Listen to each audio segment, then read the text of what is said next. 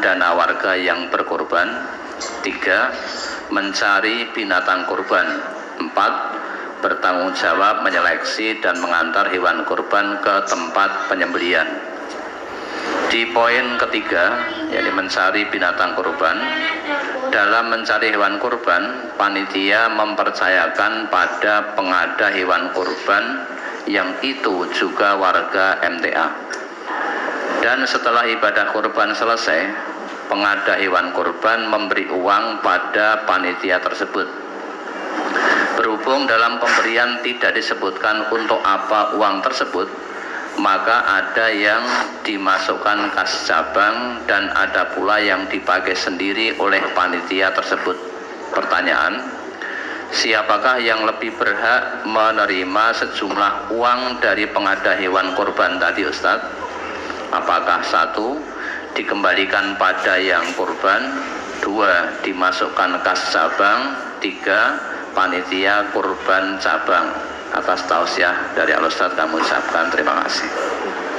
Pengada tadi karena sudah dipesan dalam jumlah yang besar, punya keuntungan yang banyak. Kemudian sebagai wujud terima kasihnya, dia ingin berbagi keuntungan. Sebagian keuntungan diberikan kepada panitia kurban. Siapa yang lebih berhak? Oh, sudah cetok tadi, diberikan kepada panitia kurban. Terus penggunaannya bagaimana? Kemudian jadi kas panitia kurban, menjadi kas panitia kurban cabang. Itu sudah sangat pas. Nah, tahun depan berarti punya kas panitia. Atau saat itu juga digunakan untuk kepentingan bersama, kepentingan kepanitiaan, misalnya untuk beli besek, untuk beli sapi atau apa untuk bisa dimakan di panitia dan lain sebagainya, itu sudah pas. Atau masukkan kas cabang untuk kegiatan sabilillah, itu juga pas. Karena tidak disebutkan kegunaannya, dari pengada tadi memberikan sebagian kelebihan keuntungannya kepada panitia. Karena panitia itu dari cabang, maka kas itu masukkan ke cabang. Karena panitia itu dibentuk oleh cabang, ya.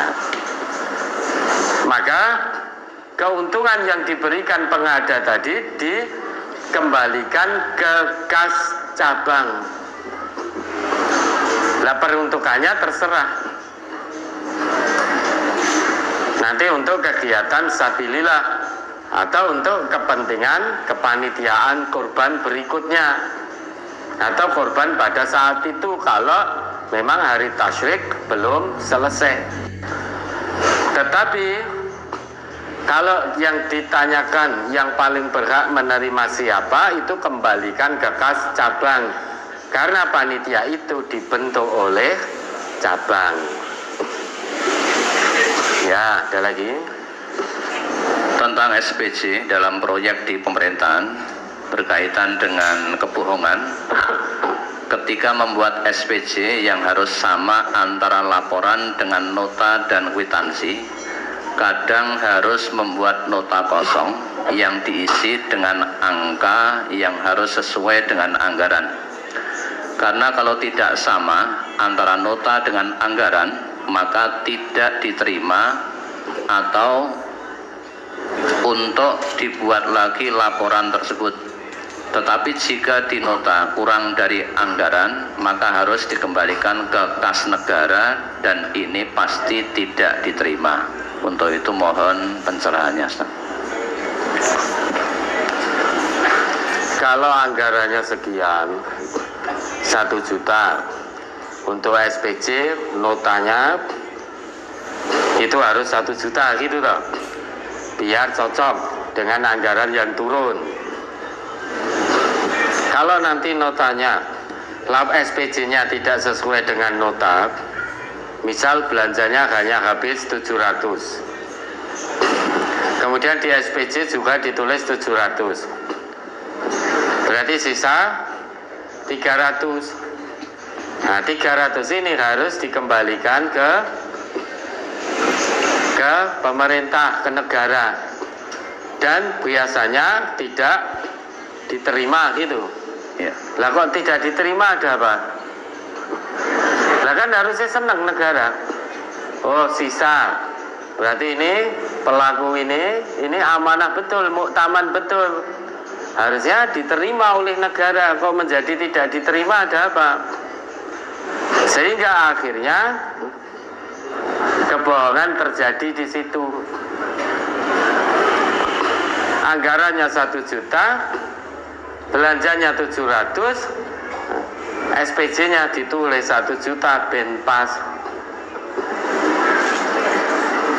Karena negara tidak menerima sisa ini. Harusnya seneng loh ada anak bangsa yang diberi anggaran, dibelanjakan sesuai kebutuhan. Begitu sisa dikembalikan lagi kepada negara sisanya, sehingga tidak haji mumpung. Itu harusnya senang ada anak bangsa yang masih menjaga kejujuran. Nah kok menjadi tidak diterima? Nah kalau seperti ini bagaimana lah? Kalau kita orang Islam, kalau membuat seperti itu berarti kita berbohong.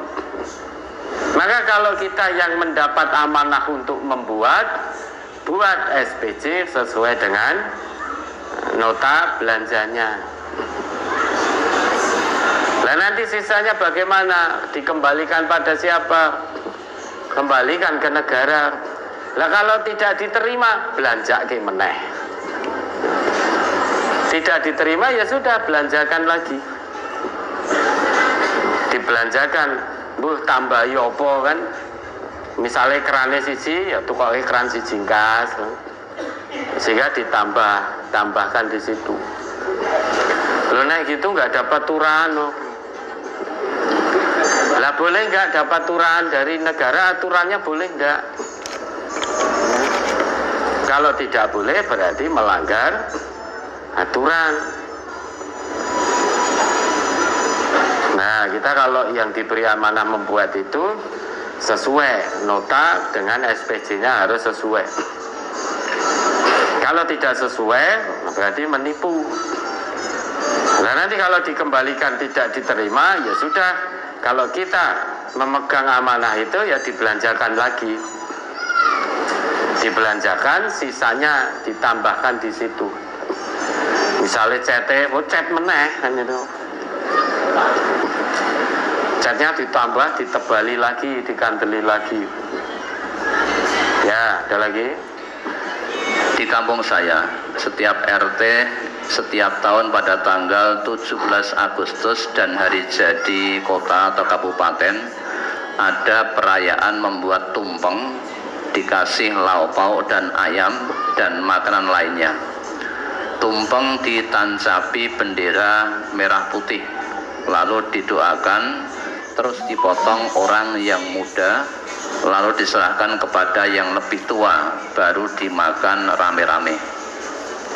Laki perempuan campur di perempatan jalan. Tiap RT berbeda, ada yang di halaman masjid juga.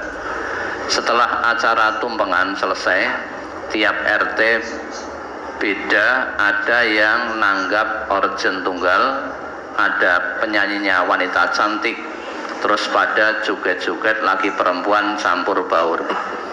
Yang saya tanyakan Ustadz, apakah membuat tumpeng setiap tanggal 17 Agustus dan hari jadi kabupaten itu ada contoh dari Nabi? Kalau tidak ada contoh, apakah itu termasuk perbuatan syirik?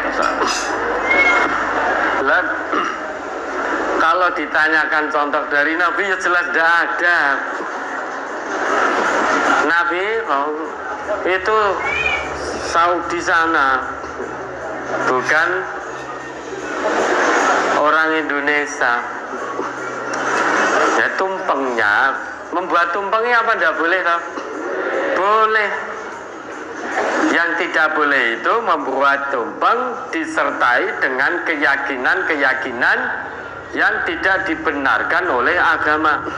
Contoh, kingko nek ranggawe tumpeng, peringatan ini nanti kalau tidak ada tumpengnya bisa jadi tidak selamat. Nah itu yang menjadi tidak boleh. Apalagi setelah makan selesai tadi ada Arjun Tunggal, penyanyi, ngumbar aurat, joget-joget, campur baur, ya, khalwat di situ laki dan perempuan. Nah kita bagaimana? Wes ora usah melu-melu, nggak usah ikut-ikutan. Dulu itu pahlawan pejuang kemerdekaan itu untuk meraih kemerdekaan itu dengan tetesan keringat, tetesan air mata, tetesan darah, angkat senjata.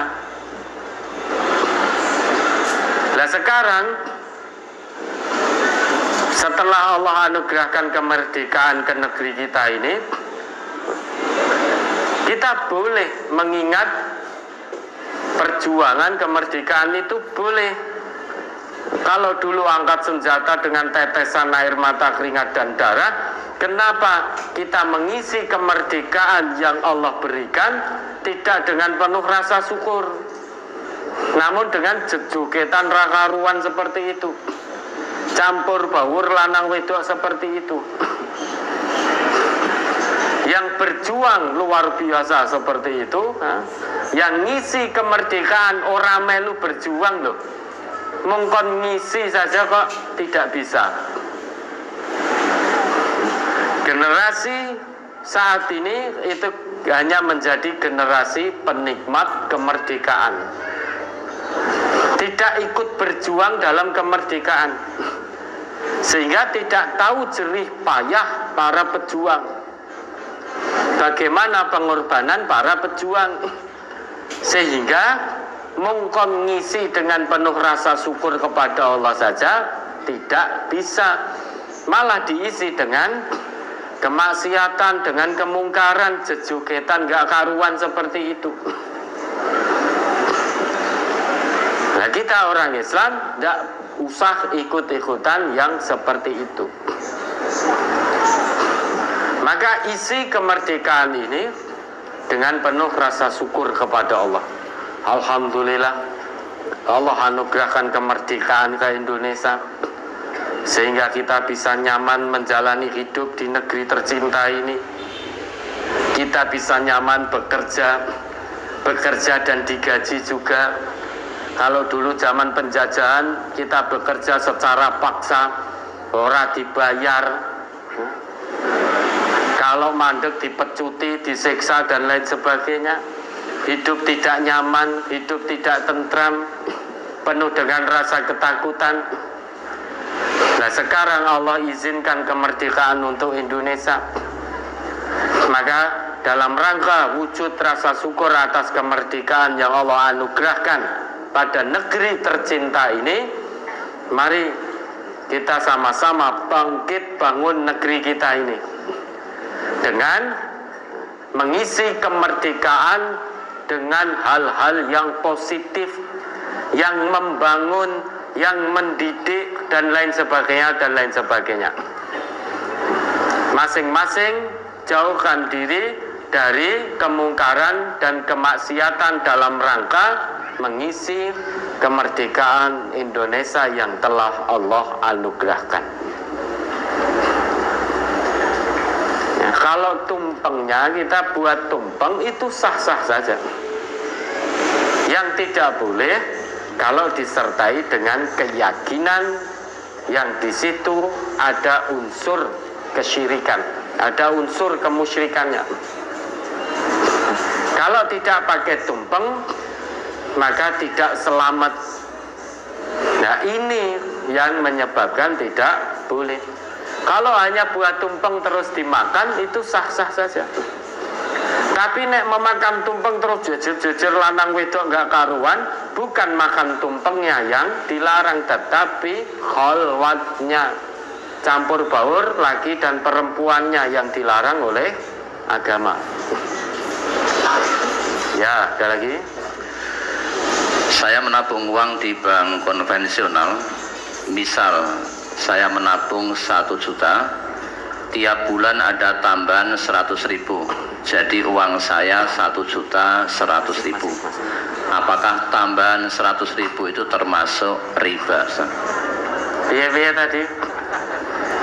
Saya menabung uang di bank konvensional. Misal saya menabung 1 juta, kemudian tiap bulan ada tambahan 100.000, jadi uang saya 1.100.000. Apakah tambahan yang 100.000 itu termasuk riba? Ya, itu bunga, dan bunga itu riba. Dan riba itu diancam oleh Allah, pelaku-pelakunya yang terlibat dalam transaksi ribawi, nah, diancam oleh Allah kalau tidak berhenti, tidak bertobat, maka dia akan menjadi penghuni-penghuni neraka, kekal di dalamnya selama-lamanya. Itu yang mengatakan Allah, bukan saya. Ya, itu riba. Ada lagi? Ustaz, apakah saya berdosa saat memaksa mengarahkan anak kami untuk melanjutkan sekolah di SMA MTA? Karena anak kami sebenarnya tidak mau di SMA MTA. Dia mempunyai keinginan masuk di sekolah lain. Kami sebagai orang tua ingin memiliki akidah yang kuat, pemahaman yang sama di majelis ini, agar anak kami kelak mempunyai akidah tauhid yang kuat, tak tergoyahkan oleh berbagai ujian di kemudian hari.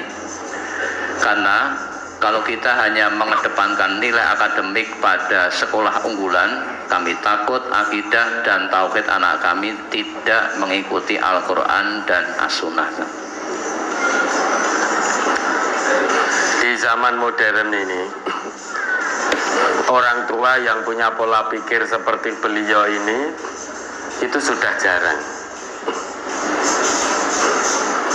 Kebanyakan orang tua sekarang ini hanya fokus ke nilai akademik, nilai akademik, nilai akademik. Nilai spiritualnya banyak yang tidak memperhatikan. Orang tua ini memilihkan anaknya lingkungan yang baik untuk tempat anak melanjutkan studinya, melanjutkan sekolahnya. Kemudian beliau bertanya, apakah salah memaksa? Tidak salah, dan memang harus dipaksa. Untuk mendapatkan lingkungan yang baik, apalagi di era modern yang serba canggih, serba maju seperti ini, memang anak kita harus kita paksa. Sekolahkan di tempat-tempat yang baik, tempat yang bisa mengingatkan anak kita setiap waktu kepada Allah. Kalau di tempat lain, di mana siswa-siswi sudah campur baur gak karuan, ceblak-ceblek menjadi biasa, pacaran menjadi hal yang biasa, bahkan siswa-siswi di kelas pangkon-pangkonan menjadi yang biasa, berarti lingkungan sekolahan itu, sekalipun itu sekolahan favorit, namun sekolahan itu ternyata tidak bisa menjadikan anak kita untuk ingat selalu kepada Allah, karena lingkungannya tidak baik. Maka paksa anaknya ke lingkungan yang baik. Pesan Nabi, kullu mauludin yuladu alal fitrah. Setiap anak yang terlahir itu dalam keadaan fitrah, suci, siap untuk mengikuti agama tauhid, siap untuk mengikuti kebenaran agama Allah. Fa'abawahu yuhawwidanihi au yunassiranihi au yumajjisanihi. kedua orang tua berarti lingkungan itu. Itu yang menyebabkan anaknya jadi Yahudi, Nasrani atau Majusi. Maka sebagai orang tua jangan kalah di hadapan anak. Anaknya maksa, ngancam. Nah, anak sekarang itu banyak kok yang menjadikan orang tuanya sebagai budak. Bapak, Ibu, saya tidak mau sholat lagi kalau saya harus sekolah di SMA MTA. Ngono Bapak Ibu ya kalah. Akhirnya sekolahnya di SMA MTA. Karena anak tadi ngancamnya, dia hanya akan sholat kalau sekolah di tempat lain, maka orang tuanya nyekolahkan di tempat lain. Begitu sekolah di luar SMA MTA, sekolah di tempat lain, ya tetap orang sholat. Wong tujuan sholatnya kalau disekolahkan selain di SMA MTA. Tujuan sholatnya untuk itu, bukan karena keterpanggilan hati, bukan karena kesadaran imannya kepada Allah. Bapak Ibu, saya kalau tetap dipaksa untuk kembali ke pondok, saya akan terjun dari lantai 3. Nah, ada kok santri kita yang begitu liburan kemarin. Orang tuanya lemah, oh ya wis wedi. Kudune kan ya coba tak tontonin terjuno.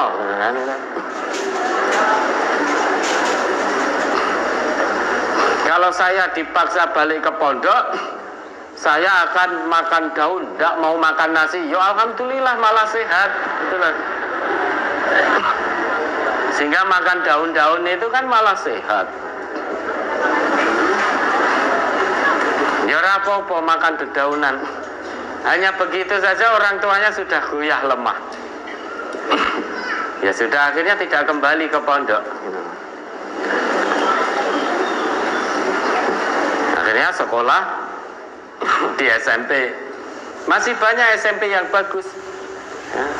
SMP yang bagus itu atau SMA yang bagus itu yaitu yang bisa mengingatkan kita, anak-anak kita kepada Allah setiap waktu. Itu tempat sekolah yang bagus untuk anak-anak kita. Tidak harus ke pondok.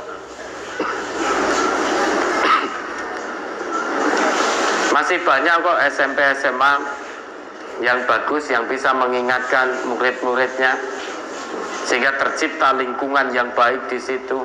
Guru-gurunya berusaha semaksimalnya membuat kondisi lingkungan di sekolahnya itu lingkungan yang bisa mengingatkan penghuni sekolah itu, baik guru maupun anak didiknya, itu terus mengingat Allah. Nah, orang tua jangan kalah dengan ancaman anak. Kenapa? Karena itu semua demi kebaikan anak, kebaikan dunia dan akhirat anak. Karena di hadapan Allah orang tua sudah tidak bisa lagi menolong anaknya. Kalau anak tidak kenal Allah, berada di lingkungan yang tidak baik, berarti anak tidak kenal Allah, tidak kenal Rasulullah. Kalau tidak kenal Allah dan Rasul, tidak kenal aturan agama ini. Kalau nggak ngerti agama, berarti anak kita menjalani amanah hidup dan kehidupan dari Allah ini dengan hawa nafsunya, karena lepas dari tuntunan agama. Karena lepas dari tuntunan agama, maka bukan kebaikan yang dilakukan, tapi keburukan. Karena bukan kebaikan yang dilakukan, maka yang tampak bukan ketakwaan, tetapi fujur. Jiwanya dihiasi dengan jiwa fujur, bukan jiwa takwa. Karena pada jiwa manusia itu ada dua potensi. Yang satu potensi takwa, yang satu potensi fujur, durhaka, keburukan. kemaksiatan. Untuk mendapatkan, menghasilkan jiwa yang takwa, salah satunya dari lingkungan yang baik. Maka yang Bapak Ibu lakukan sudah betul paksa. Untuk kebaikan itu memang harus dipaksa pada awalnya. Lama-lama menjadi terbiasa.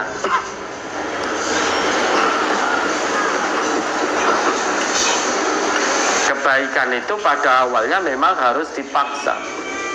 Lama-lama menjadi terbiasa dalam kebaikan. Sehingga sehari tidak berbuat baik, hatinya menjadi gelisah. Nah, kalau anaknya tidak mau disekolahkan di SMA MTA, insya Allah lingkungannya baik. Kalau tidak mau, lah maunya kemana? Ke sekolahan yang biar bisa pacaran, biar bisa pangkon-pangkonan, ceplek-ceplekan itu toh. Kita ilmunya dapat tapi kulaan dosa bendino. Akademiknya baik tetapi akhiratnya berantakan. Karena ketika dia masuk sekolah, di situ kolak dosa terus. Salaman lanang wedok, ceplek-ceplekan, jejugetan gak karuan, pangkon-pangkonan. Kolak dosa terus. Maka sudah betul yang Bapak Ibu lakukan, paksa anaknya untuk sekolah di lingkungan yang baik. Tidak harus di SMA MTA, tapi di tempat sekolah yang memang lingkungannya baik. Prinsip syariah masih terjaga, prinsip Islam masih terjaga di sekolahan itu. Jangan kalah dengan ancaman anak. Kalau saya tetap di SMA MTA, saya nggak mau makan. Ora mangan ya ora apa-apa, wong sing luwih wetenge dhewe. Oh, nanti anak saya sakit, kan sing sakit anaknya. Tidak makan, yang merasa lapar juga anaknya. Tidak minum, yang merasa haus juga anaknya. Dah tau, wis kuwi mau ngincim tok gertak sambal, kok nek lapar dia akan sembunyi-sembunyi cari makan. Kenapa? Isin nek makan terus terang, bacut ngincim wong tuane. Bacut ngancam orang tuanya, dia lapar. Kalau makan terang-terangan malu. Delalah makan konangan wong tuane. Orang tuanya ora alok apa-apa, hanya senyum. Hanya senyum dhewe wis. Sudah salah tingkah itu.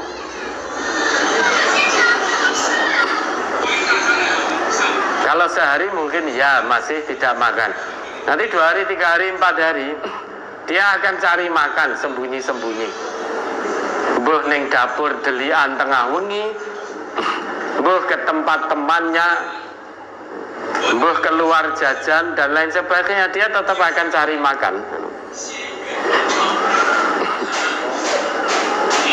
Lebih baik ya, paksa daripada nanti Bapak Ibu meneteskan air mata penuh dengan penyesalan ketika dewasa anak-anak tidak tahu agama.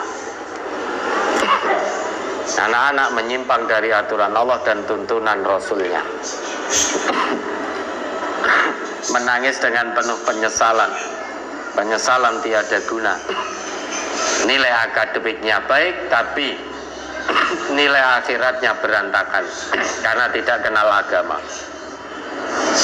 Bukan berarti Islam menafikan nilai akademik. Islam sangat serius terkait dengan kemampuan akademik seseorang. Ini tidak bisa dipisah-pisahkan. Tapi kalau toh harus memilih di antara dua, pilih pendidikan akhlaknya. Kalau terkait akademik itu masih bisa dikejar. Tapi kalau terkait dengan akhlak sampai dewasa masih madmumah akhlaknya, masih tercela, sulit itu mengejar. Kalau ngejar nilai akademik bisa dengan alon-alon. Nanti dikejar secara perlahan, bertahap. Tapi kalau akhlak, biasanya kan kita wis mengke salate dididik alon-alon, ininya alon-alon, terkait dengan akhirat alon-alon semua, sehingga fokusnya lebih pada dunia. Kalau harus memilih, maka pilih pendidikan akhlaknya. Islam, tapi perlu dipahami, Islam tidak ada dikotomi antara akhlak dan ilmu pengetahuan. Semua itu menjadi concern dalam Islam, menjadi fokusnya Islam, yaitu bagaimana orang yang berilmu tetapi ilmunya diikat dengan akhlak yang mulia, sehingga ilmunya bisa bermanfaat, bisa berkah dunia dan akhirat. Kalau hanya sebatas ilmu yang tanpa ikatan akhlak, ilmu yang tidak diikat dengan iman dan takwa, potensi besar dia akan menimpakan madharat pada orang lain dengan ilmunya. Koruptor itu bukan orang yang tanpa ilmu. Koruptor itu orang yang punya ilmu secara akademik baik. Kalau tidak baik akademiknya, dia korupsi langsung konangan. Nyatane pinter delik, pinter ngapusi. Koruptor itu dia nilai akademiknya baik, dia punya ilmu, namun akhlaknya tidak ada. Sehingga ilmu yang ada pada dia gunakan untuk menimpakan madharat pada orang lain, sehingga harta rakyat dia curi. Itu tidak boleh terjadi pada seorang muslim. Orang Islam itu punya ilmu, namun ilmunya diikat dengan iman dan takwa, diikat dengan akhlak. Maka dalam Islam keduanya tidak bisa dipisahkan. Akhlak itu sisi dalam kita, adab itu sisi akal kita. Akhlak itu sisi dalam nafas kita. Kalau adab itu sisi akal kita, yang mengasah pengetahuan kita, itu namanya adab. Kalau akhlak itu sisi dalam yang meliputi semua apa yang ada pada diri kita sebagai manusia, yang mengatur poros manusia, itu akhlak itu. Oke, ada lagi? Ke pertanyaan langsung. Nah, itu sudah habis.